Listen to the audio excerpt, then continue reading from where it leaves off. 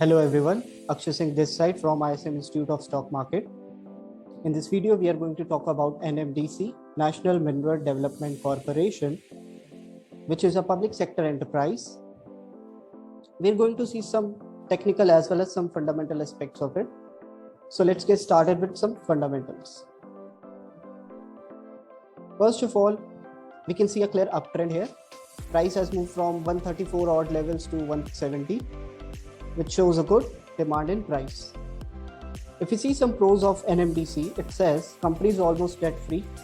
Company has a good dividend yield of 8.72%. What's more interesting here is company has given a CAGR in profit growth of approximately 20% over the last 5 years, which means company is improving its profit year on year basis.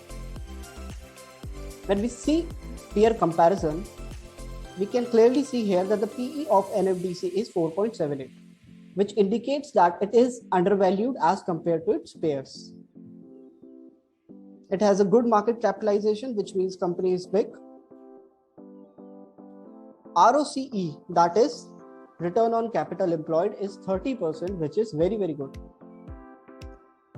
Debt on this company is 155 crores only, which makes its debt to equity ratio close to zero. Change in FII holdings is 1.56%.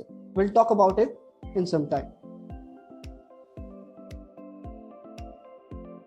On profit and loss front, we can see the company has increased its profit from 3573 crores to 6277 crores, an astonishing leap in terms of profit growth, which makes it EPS grow from 11 per share to 21 per share, and now the estimated EPS is 35 per share. That signifies the underlying fundamental growth of the stock.